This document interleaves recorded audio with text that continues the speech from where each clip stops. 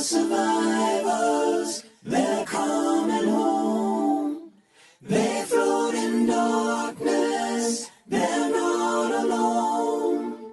Now here they come, now here they come, now they will be received.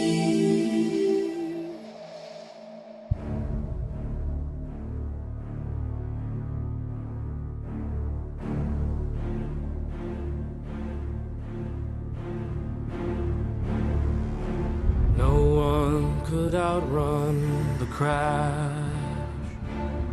It was all reduced to rubble, and then again to ash. To the blinding burning light, it's no use to fight.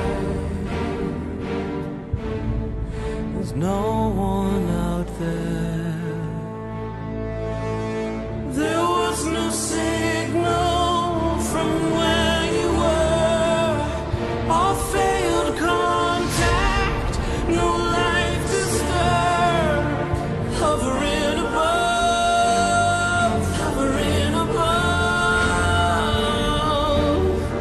gravity's law.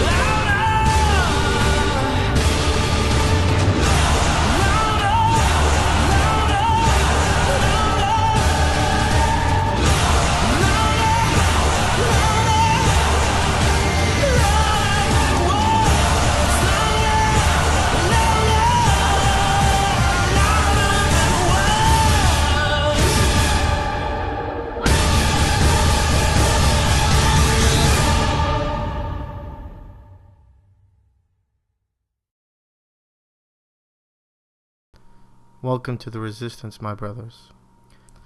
In this video, my objective is to show you how men are manipulated like chess pieces to move you into your own destruction.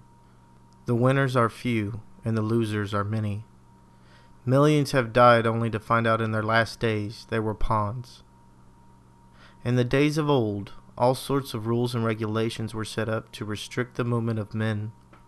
While some of these laws were for the good of mankind and to have order, other laws were only to protect the private interests of a few. It is in these cases that many men have lost their lives blindly by following orders. Here is a question to ponder. Is it wise to take counsel from a sick, declining society? Should you go to the sick and ask them how to be healthy? I'm sure the advice you would receive would be the same they apply to their own lives, which is a revelation to their fragile condition. Let us take a glance at our society's wisdom in this evil generation. Debt for prosperity. Eat now, pay later. Spending over saving. Material wealth over spiritual health. Promiscuity over chastity. Pleasure over temperance. Instant gratification over hard work and patience. Security over freedom. Men are the lifeblood of any society, and without their production, creativity, and innovation, that society would crumble and fall overnight. However, if you want to destroy men, you never go at them directly in a conflict of war, but rather indirectly through their women, who they will willingly die before they harm a hair on their lover's head, because the creators, thinkers, and inventors we call men are conditioned to be absolutely worthless. It is human nature to want to be loved and needed, especially in men. But if you take this away from them, they will move mountains, they will climb skyscrapers, and they will dodge bullets to be accepted. This is the key in which all men are moved. Give him no privileges. Make him earn his every dollar. Let him perform for his wife to the detriment of his own health. And then, and only then, can society say, "Well done." Tell him this hatred for him is tough love. Tell him it's for his own good. Tell him it's for the betterment of society. Take no interest in his values. Take no thought for his purpose. Mold him through your apathy. Then you can make a rugged man into a useful servant. You may think society does this out of cruelty, even though it is indeed cruel. But it does it out of fear. Fear for its own survival. For without men, all nations die. Therefore, it will put men through the fire, ridicule the ones who get burned, scoff at the ones who fail, and honor those who succeed through the flames on the other side victoriously. Only then shall we call you man, for now you are useful to us. Even in a healthy society, boys have had to endure trials with a hard hand, but in today's declining society, men have double the burden as it consumes all its men gasping to breathe for air. Once enough men are destroyed by eating its own, it collapses. Men going their own way is a survival mechanism designed to not be fleeced or cannibalized. How many countless men have walked on this earth taking no thought for where they walk? How many soldiers took a bullet blindly rather than being asked if he wanted to die for his country? How many fathers were told you can end up fatherless through an iron-handed fist of government? If you take thought for how men are controlled, if you will understand the way societies and governments move us like chess pieces for its own safety and protection, as the men dying 95% in work-related deaths prove, then you can safely maneuver your way out of this rigged game by seeing society for exactly what it is. If you believe it is your God-given right to live in freedom and truth, then you will not condemn me for saying the following. It is your eternal soul with a temporary amount of time and life-changing decisions. You should not be taking bullets for those who care not for your life. You should not be sacrificing for women who care not about your soul. You should not be following a gender role that ends you being put up in the grave. We all have a purpose, but we should not be so willing to throw our lives away thoughtlessly to the cruel or spend it in vain for the honorless. If we, for once in our lives, actually loved our boys, the fear that grips us is that they may stop producing or go elsewhere one day.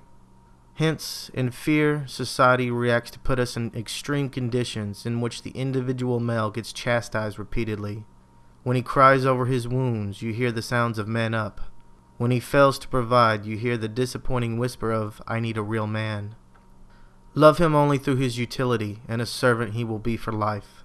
This is why a woman who cheats on her man is never condemned for it, and instead, the man rages and attacks the other man in his stead. For she is his only lover and support, his only refuge of love from a society that turned their backs on him since birth. He surely will not destroy his only place of secret intimacy. Instead, he will see the other man as the oppressor, the destroyer of his place of solitude. It was him who took away his love and acceptance. Death to the traitor! After a man has been purged of nurturing love, He is primed for the next phase of manipulation on a multitude of societal, political, and spiritual fronts. He's attacked on all sides mercilessly.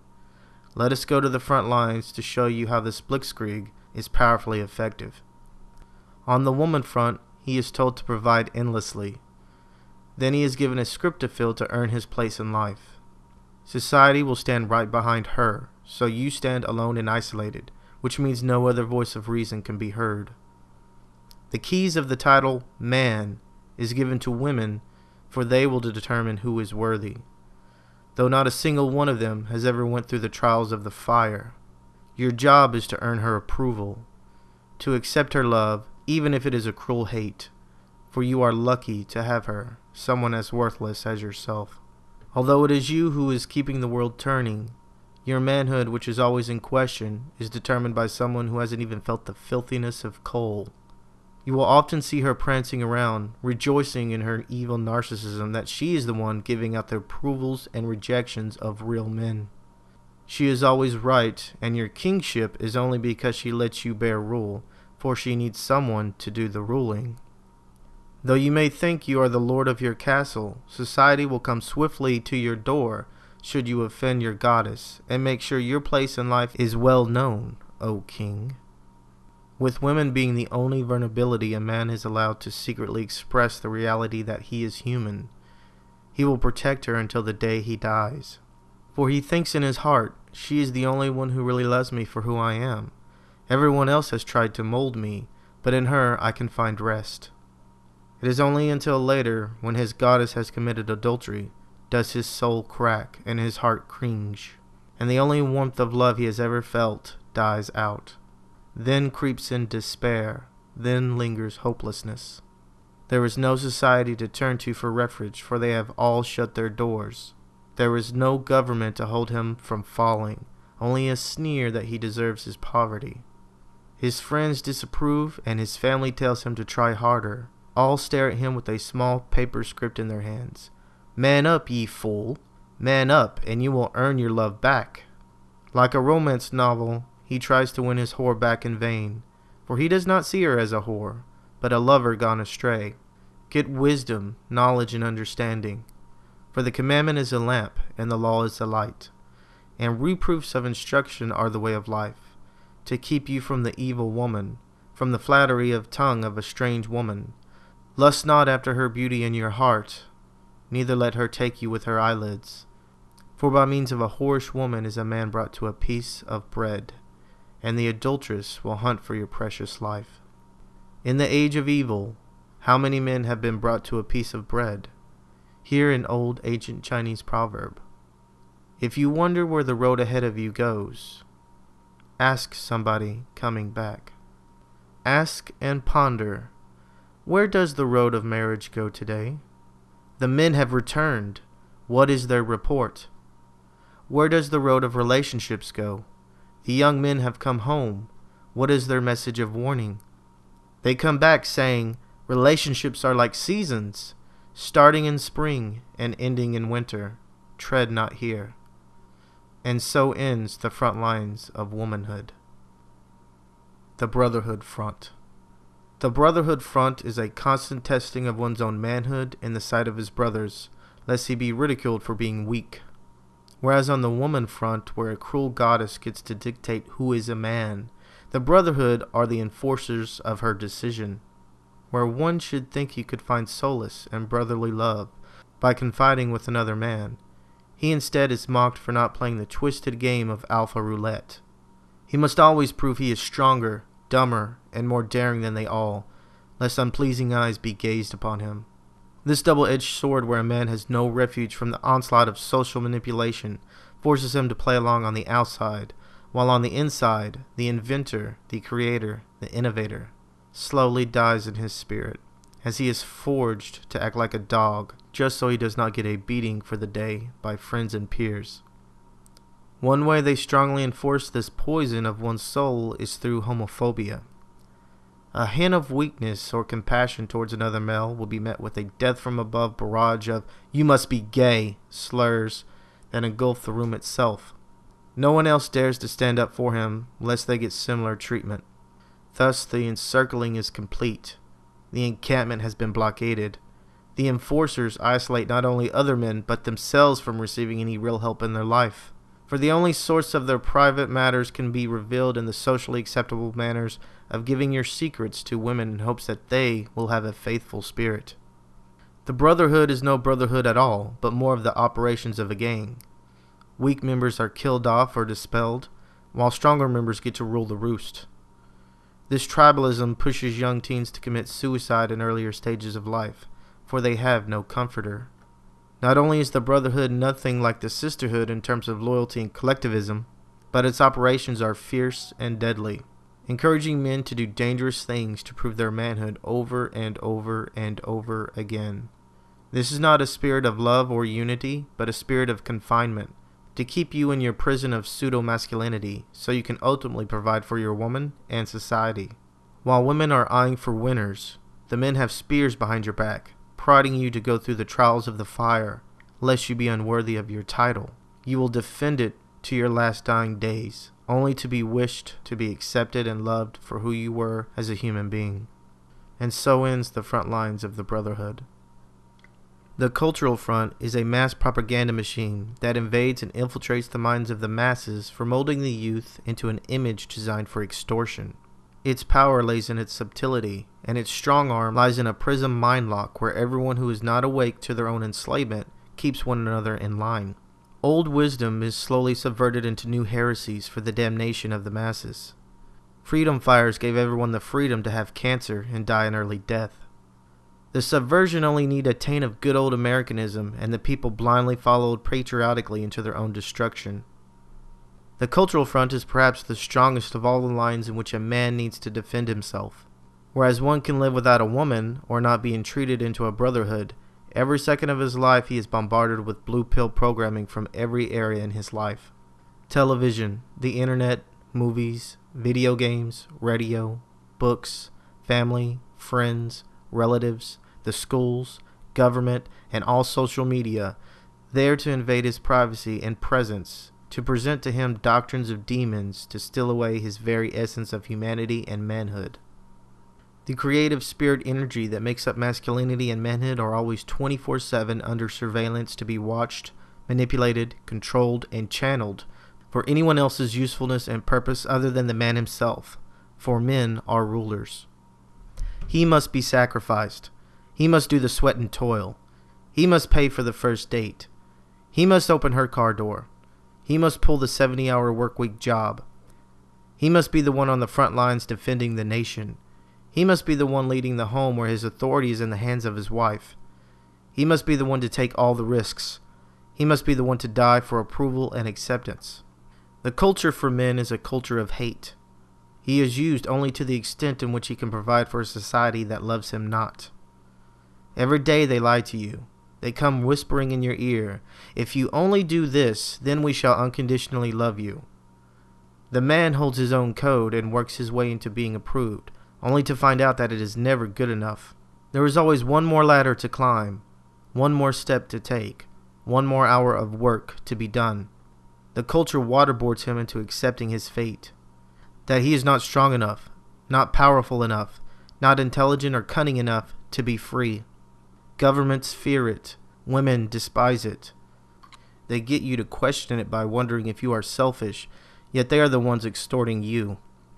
Ask yourself this question. How many men died in the labor force today? How many men on the front lines perished? How many men quietly and painfully watched their families crumble and fall to dust, only to have none of it reported on the news or discussed in social settings? Men are not honored, but have their authority stripped. Men are not respected, but are ridiculed. Men are not leaders, but followers of the propaganda of the masses. Good men die every day, and no one blinks. We were free men once, but now slaves to our women and government through indoctrination of lies. Until men see this invasion inside their own homes with their eyes wide open, they have no defense and will be swallowed up whole as a sacrifice to a society that loves them not. And so ends the cultural front. Let us now dispel the myth of manhood, a word that sent billions of men to their deaths for someone else's benefit. All real men have one thing in common. gravel fills their mouths 6 feet under the earth. Let us dispel this myth by asking a question. What is man? Is it someone who has riches and wealth? Not so, for then all men in poverty are not men. Is it someone who is 6 feet tall? Not so, for then all men of short stature are not men.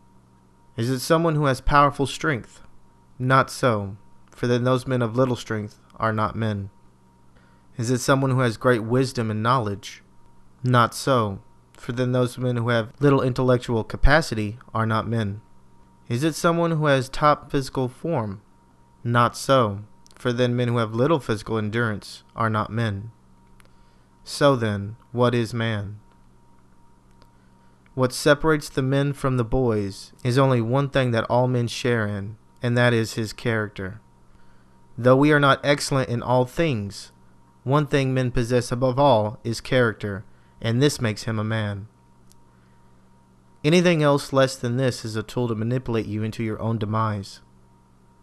Now let us ask another question. What is a real woman? Is it her making sandwiches for her husband? Is it being a business career woman? Is it having 3 children to look out for? It is none of these things. What separates the girls from the ladies is also her character. It separates the wise from the unwise for all who have character. So, gentlemen, now no one can manipulate you to go through the trials of the fire any longer or question your manhood. If you have character, you are already a man and will forever be so. Live free or die trying, because slavery isn't worth living for.